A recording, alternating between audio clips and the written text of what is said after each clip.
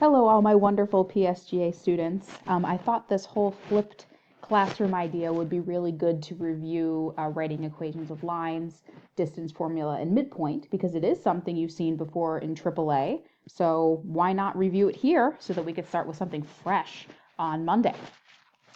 So first, some things we're going to review. We're going to review the midpoint formula, we're going to review slope, we're going to review distance or distance formula, and things you probably recognize.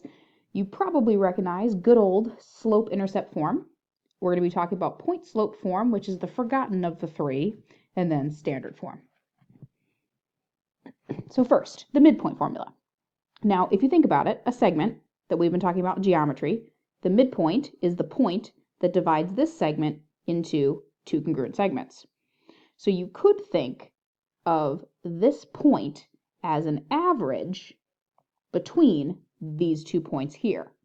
So midpoint, because you consider it an average, is the x value, the first x value, plus the second x value divided by 2, because you're adding up this value and finding the point right in the middle, comma, y1 plus y2 all over 2. So you're taking the two x coordinates, or the two x coordinates, adding them and dividing by 2, taking the two y coordinates, dividing them, adding by 2, and this is a plus because we're really finding an average. Slope is lovely rise over run. As I'm sure some of you may remember, rise is more of an up and down movement, so you're thinking y on top, and run is something humans can only do from side to side, so that is something you would do horizontally or an x value.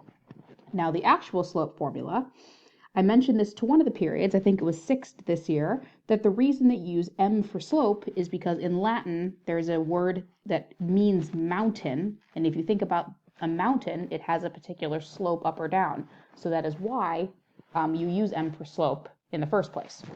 But anyway, the slope formula is y2 minus y1 over x2 minus x1.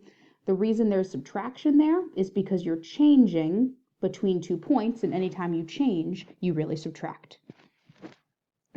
Distance formula, everyone's favorite. It has a giant square root, and inside the distance, again, you're finding the distance between 2 points, which means you are, again, finding the change, so you're going to have to subtract. So you're going to take your x2 value minus your x1 value squared, plus your y2 value minus y1 value squared. I'm really looking forward to second semester, showing you how the Pythagorean theorem actually is used to prove why the distance formula exists in the first place. So that is to come, probably around March in second semester. So anyway, I would definitely write down these 3 formulas because they will be very helpful right now.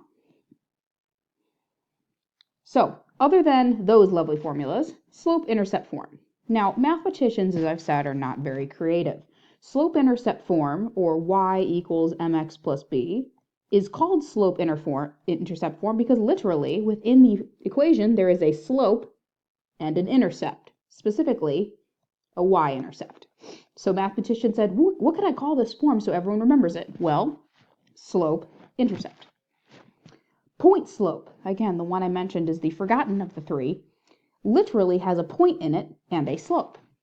And some of you might remember that is y minus y1 equals m x minus x1.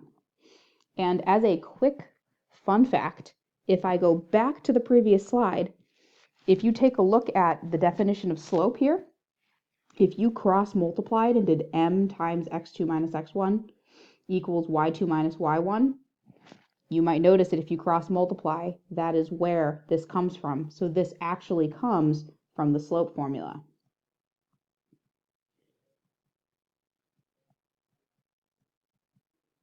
So this is the general form for point slope, and it seems like a lot of students don't necessarily like this one because it seems like you're never done and you want to distribute, but I'll show you why this one is useful.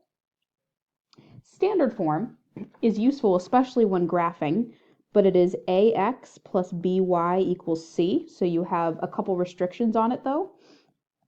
A, b, and c cannot be fractions. And if they can't be fractions, fractions and decimals are the same thing, because fractions are really just division to get a decimal.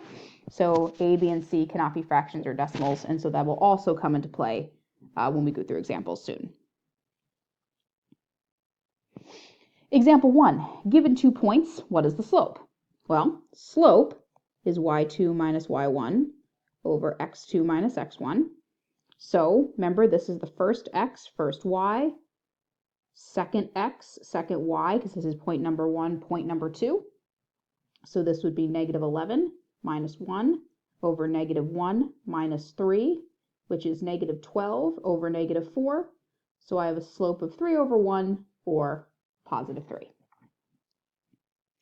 Midpoint. The midpoint is the average of your 2 points because you're trying to find the middle. So it is the x coordinates added divided by 2, comma, the y coordinates added divided by 2. So in this case, you would have, if I scroll up a little bit, you would have 3 plus negative 1 over 2, comma, 1 plus negative 11 over 2, which would be 2 over 2, comma, negative 10 over 2, which is really the point 1, comma, negative 5. The distance formula, big square root. Let me really quickly write the points here. We had the point 3, comma, 1 and negative 1, comma, negative 11. So if I was going to use this distance formula here, we would have x2 minus x1 squared, y2 minus y1 squared, square root of negative 1 minus 3 squared plus negative 11 minus 1 squared. Extend this page here if I can. So that would be, remember you want to simplify in here as much as possible. Order of operations says parentheses first.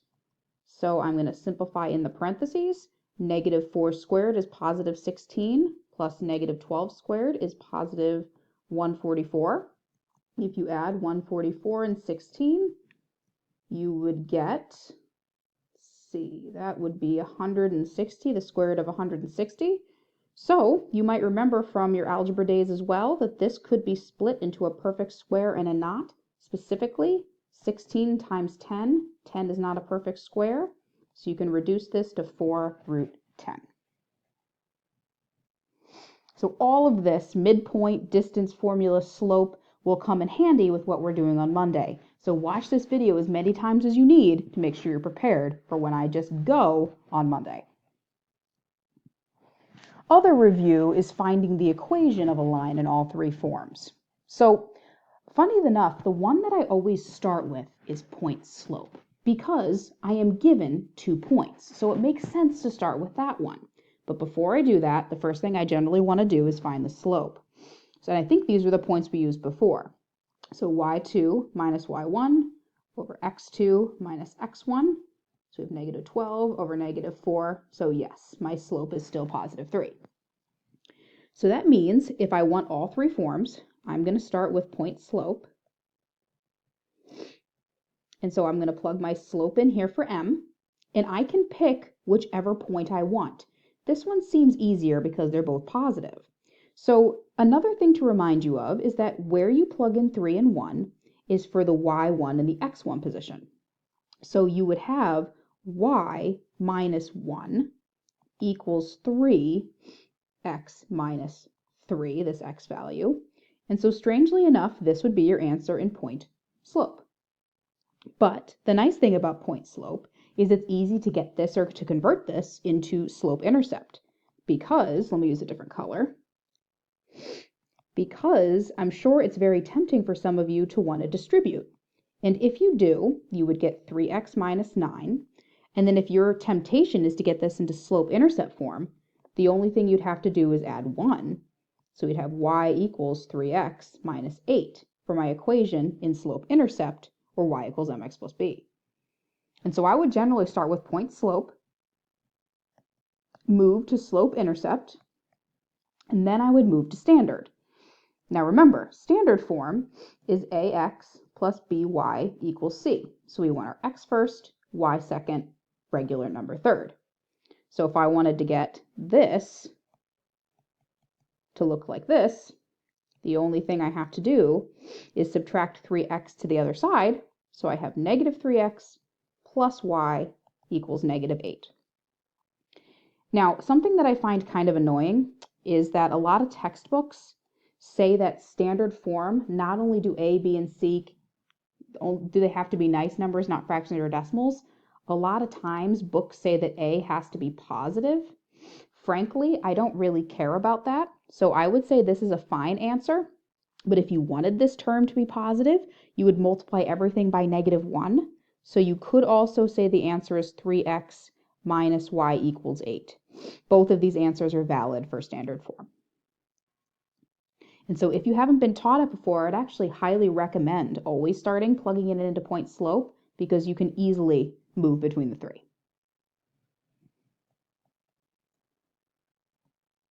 Speaking of that, let's go to the next example. Find the equation of the line in all three forms. So, as a little review, remember that parallel means two lines that do not touch.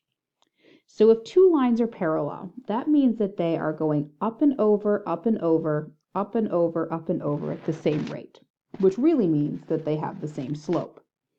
Now, the interesting part about finding an equation of a line that's parallel to a line that's already given you is the only thing you actually care about is that slope, because that's the only thing that's the same. I don't really care about that y-intercept because I have a brand new point that I'm plugging in. So let's only grab the slope from the equation given. So if I start with point slope form, we would say y minus y1 equals mx minus x1. And we would plug in what we know. We know that the slope that's parallel is 3/4, and we know that the point we want to plug in, x1, y1, would be plugged in the appropriate places. So you'd have y minus 2 equals 3/4 x minus -4. And yes, you are more than welcome, in fact, highly encouraged to change that to a plus. So this would be your answer in point slope form. Now, what I'd like you to do at this point is I would like you to pause the video, and when you're working, I'm going to be working at the same time, and I want to show you what my answers are in slope, intercept, and standard form. But first, I would like you to pause and try it on your own. So please do so now. All right, guys, so to check back in with you, what I did was I distributed the 3/4 to both terms. So I got 3/4 x plus 3/4 times 4 over 1 technically. So my 4's crossed out, and I was just left with +3. So then to get this to y equals mx plus b, or slope-intercept, I added the 2 to both sides. So if you got y equals 3/4 x plus 5, great job on that. The sneaky part comes with standard, because if I scroll down, if anybody knew that this was standard and knew that you needed to move the x to the other side, you might have gotten -3/4 x plus y equals 5. Now, unfortunately, this is not my answer, because as some of you may remember, a, b, and c cannot be fractions. So if you look at something like this and you notice that there's a 4 in the denominator, remember, this 4 is the reason why a fraction exists, because it's not a denominator of 1. So what we could do is multiply the entire equation by 4, and we could distribute that 4 all to every single term. So off to the side, 4 times -3/4, the 4's would cross out, so we'd be left with -3x, 4 times y, plus 4y equals 4 times 5, or 20. So that could be your answer in standard form. So this last problem I changed a bit. We want to find an equation that is perpendicular to this line in blue, y equals 5/4 x minus 5, and goes through the line, or the point, -10, -1. Now, perpendicular, we know from this course, means hits at a right angle, and some of you might remember that perpendicular slopes are opposite reciprocal. So that means that if my current slope now is 5/4, that means that my perpendicular slope would be opposite, so the sign changes, and reciprocal 4/5. So that means I'm going to find the equation's perpendicular, so I want to use this slope and this point, and I want to find all three forms. So going from point slope to slope intercept to standard. So again, please pause your video, try all of them, and I will have the work in a bit. All right, guys, so here are my final answers. In green, I have my point slope answer. In blue is my slope intercept, and the purple is my standard answer. I hope this helps on your homework.